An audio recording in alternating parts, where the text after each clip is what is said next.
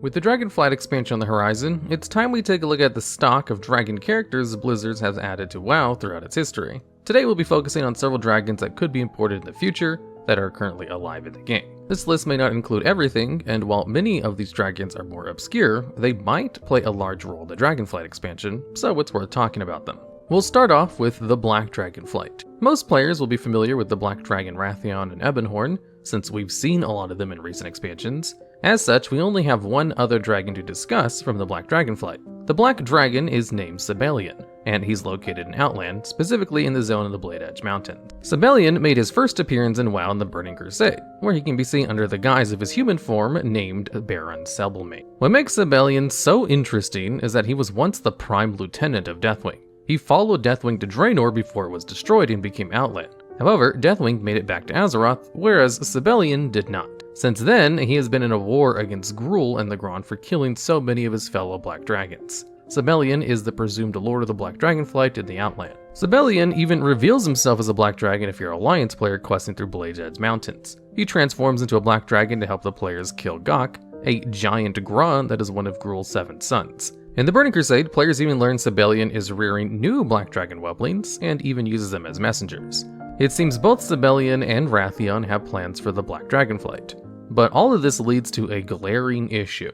Does Wrathion know about Simelion? In the Exploring Azeroth novel, even Matthias Shaw, the head of the SI-7 security for the Alliance, knows about Simelion, but says he's not a threat. And if Shaw knows this, then Wrathion would probably know Simelion's existence as well, since his Black Talon agents are very good at their jobs of gathering information and secrets for him. All of this begs the question, why hasn't Wrathion tried to kill Simelion yet? Wrathion has killed almost every other Black Dragon that was corrupted, as seen in the Cataclysm Dagger legendary quest chain for the Fangs of the Father. This all points to the possibility for contention over who could be the next leader of the Black Dragonflight if these two Black Dragons should beat one another. While Simelion was Deathwing's chief lieutenant, that was before Deathwing went completely bonkers. And Simelion himself doesn't appear to be evil, and seems kind of chill, other than the whole genocide and Gronds thing. In fact, Simelion even became friends with Rexxar in the Burning Crusade, although he never revealed his true nature to him. With Rexxar recently having played a small part in the Battle for Azeroth expansion, it would be interesting to see if these two characters meet again. On a possibly related note, there's also the Worm Cult, which is a cult who worships Black Dragons in the Blade Edge Mountain. It is unknown if they have any direct connection to Simelion, but it certainly is potential fodder for plot material, and Blizzard knows it. Here's hoping Simelion and Wrathion get along fine if they do meet one another. The next Dragonflight is the Blue Dragonflight, which is currently led by Kirigosa. There are several blue dragons worth mentioning, but we have 8 main ones. First up is Azuragos. Azuragos is a crazy, wild, and humorous old blue dragon. Most players will probably know him as being the world boss in Azshara from Vanilla, and in recent years he's returned for the WoW Anniversary event as well. In fact, he was one of the first world bosses ever introduced to the game, alongside Lord Kazak. Azuragos also plays a role in obtaining the Scepter of the Shifting Sands. He was entrusted with keeping a piece of the scepter, and so he did by hiding it in a fish. A minnow, to be exact. Azuragos made a brief return in Cataclysm, where he can be found questing in Azshara.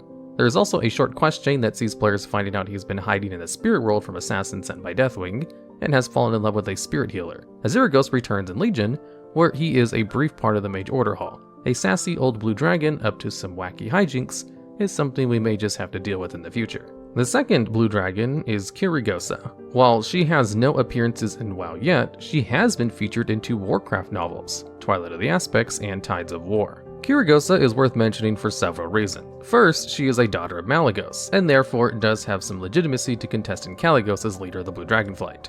Second, she was almost forced to mate with Chromatus, meaning she may know something about the abominable 5-headed dragon. Third, it is stated in the Tides of War that there were other blues that believed that Kirigosa and Kalagos would be ideal mates for each other, but the two have always just been friends. And such, this leaves room for a possible blue dragon power couple. Kirigosa's former mate, Azuragos, was killed in Cataclysm, and Kalagos is no longer seeing Jaina. Her return is easily possible, since at the end of Tides of War, Kirigosa is living quietly in Stranglethorn, enjoying a permanent summer. The next blue dragon is Hale. Malygos was the original blue dragon aspect and had 4 known dragon consorts, one of them being the famous Tiragosa, the dragon Arthas resurrected in his famous cinematic.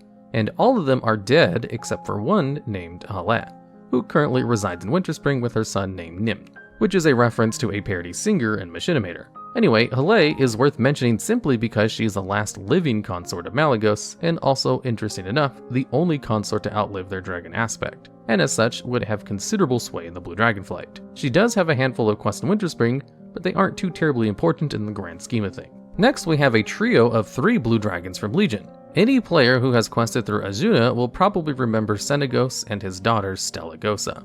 They are the leaders of the Azurwing dragons and play a major role in the zone's lore and story. It would be nice to catch up with these two, although Senegos was very old and weak in Legion, and it would be good to see him still doing well in his old age. On a brighter note, there's also the great-great-great-great-granddaughter of Senegos, Emigosa, which was just a pet whelping last time we saw her. The next blue dragon on this list is Tiragosa. She was once the former intended mate of Kirigosa, and raised several interesting questions. Kirigosa had even nicknamed her Tiri. While Kiragosa does do a lot in the WoW comics, these are not canon anymore, sadly. Kiragosa has only been seen by WoW players twice. The first time is in Netherstorm, where she is investigating other dragons. She also briefly makes an appearance in Dragon Soul as an NPC, with only 1 or 2 lines of dialogue. Kirigosa could definitely be an interesting character to watch out for, as a possibly returning love interest for Kalik, since him and Jaina did not work out, and Kirigosa's connections with the Nether Dragons could be some interesting plot threads in the Dragon Isles. Reno Jackson of the Explorers League, world-renowned archaeologist, explorer, and treasure hunter, he was always seen as a troublemaker, having sticky fingers even if his heart is in the right place, impulsive, obsessed with magic and treasure, while being hard to control. He commonly led the charge and the retreat.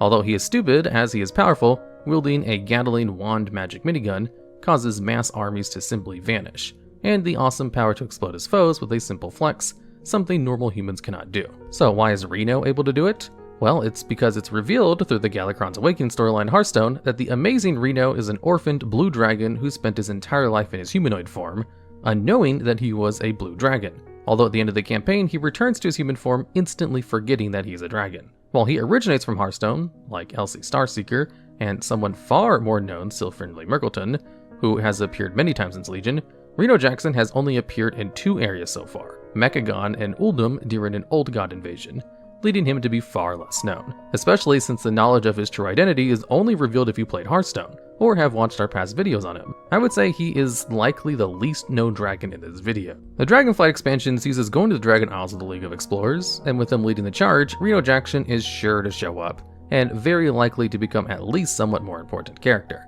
and maybe flex on some enemies. As you can tell, there are a lot of blue dragons that are worth keeping tabs on. This is not to mention that all of the dragons on this list, besides Stelagosa, have possible legitimate claims to be the aspect of magic and lead the Blue Dragonflight. Moving on to the Bronze Dragonflight, we have 4 bronze dragons to discuss. These 4 dragons are all family members of Nozdormu, the dragon aspect of time. First, we have Sorodormi, who is Nozdormu's prime consort. It is quite shocking how little Sorodormi is actually in-game, especially considering how she is the last living prime consort that we know of. In the War of the Ancients novel, it was said that Sorodormi herself was the one who carried Broxagar into battle against the forces of the Burning Legion and the Highborn. Broxagar would shortly thereafter become one of the 2 Normortals to have fought and wound Sargeras himself. Players can also see Sorodormi in the Cataclysm dungeon, the Well of Eternity. It is Sorodormi, Ysera, and Alexstrasza who are attempting to purify the Dragon Soul after the players defeat Queen Ajara. Aside from this, Sorodormi is only encountered by players one other time in WoW.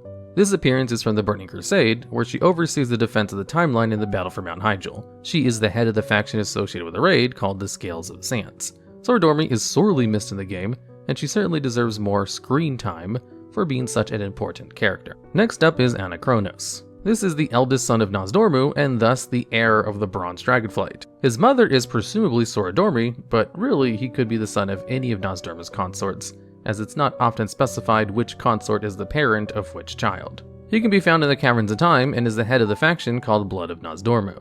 Kronos has a ton of lore and events associated with him, so he's pretty important to pay attention to, and we'll try to give you a very brief history of him. Long before the events of WoW, during the War of the Shifting Sands, it was Kronos who convinced all the other dragons to help aid the Night Elves in their fight against the Karaji. In fact, it was Kronos himself who made the scepter and the gong that were used to seal and later reopen on Karaj. It makes sense, then, when players first meet him in vanilla, Kronos is heavily involved in obtaining the Scepter of the Shifting Sands for the opening of the Gates of the Karaj event, since he's the one who made it and gave out the 4 pieces.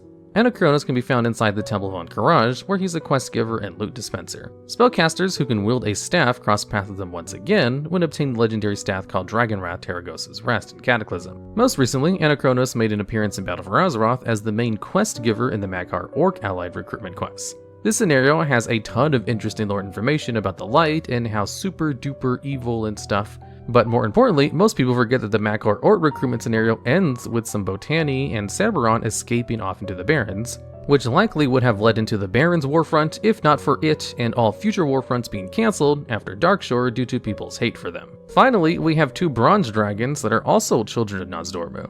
Their names are Andormu and Nozari, and unsurprisingly, they can both be found in the Caverns of Time. Andormu and Nozari lead the factions of the Keepers of Time.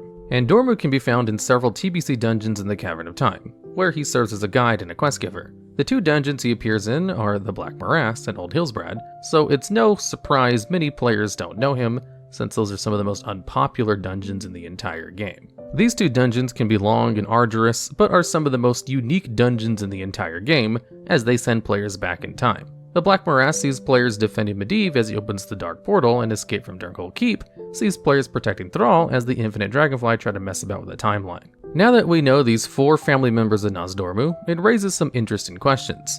Kronos is the only known heir to the Dragonflight, but it makes sense since Nozdormu knows one day he'll become Murozond, and wants to make sure they will know who will take charge when he is lost. The biggest question for all 4 of these bronze dragons is, do they know that Nozdormu will become Murozond? They probably do, but still, how would you feel if you knew that your husband or father will eventually go insane and try to destroy the universe?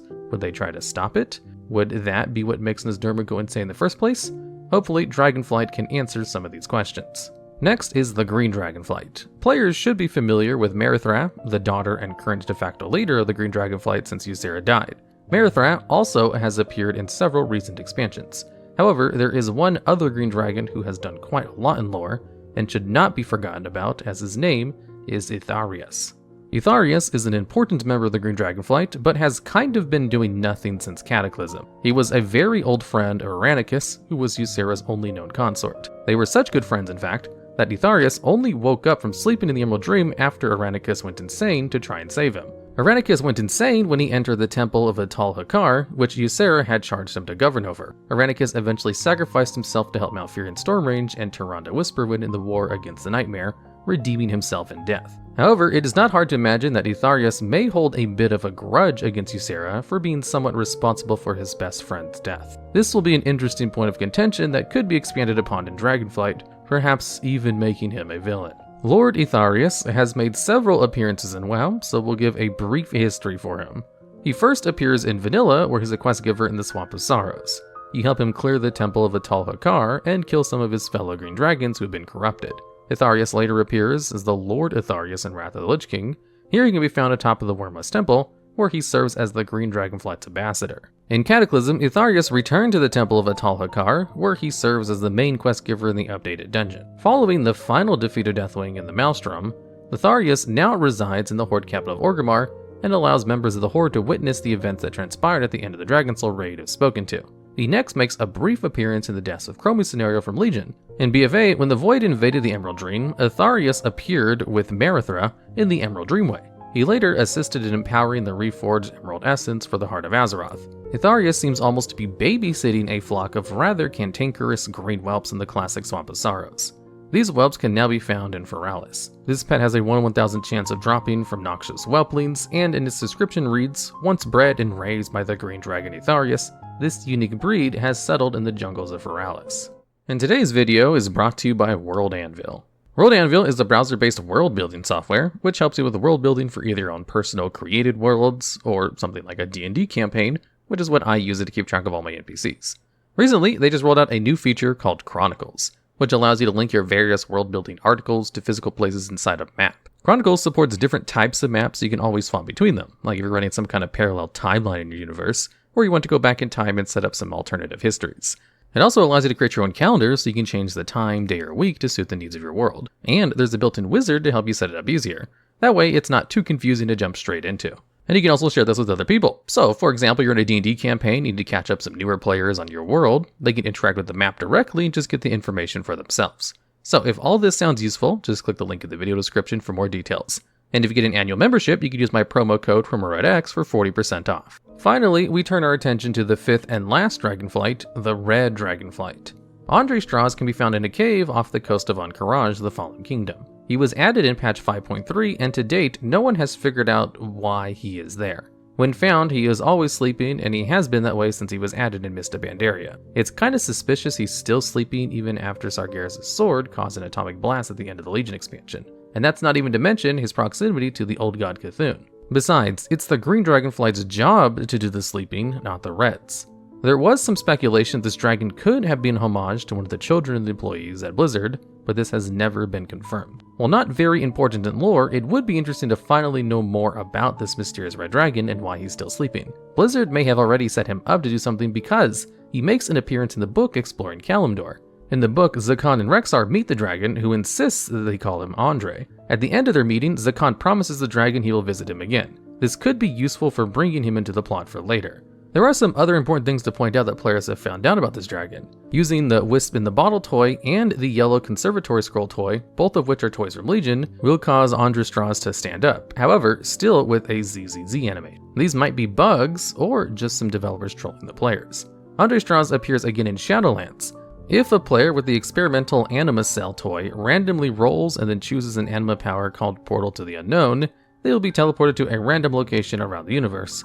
However, they will sometimes be teleported to him. We're sure to find out plenty of secrets about the Red Dragonflight in the Dragonflight expansion, but it would be nice if Blizzard finally addressed who exactly this dragon is. After all, as Bran Bronzebeard said, inquiring minds just got to know. And that's it for this video. What more obscure dragons would you like to see in Dragonflight? Of course, some of the dragons listed in this video might not even show up at all in Dragonflight, and Blizzard is going to add more dragon characters anyway, but this video was a quick recap of some WoW lore, and we didn't want this video to drag on forever. Hopefully the dragons in this video can get a little bit of the spotlight in Dragonflight and receive some character development, especially with more exploration of their explosive flexing powers.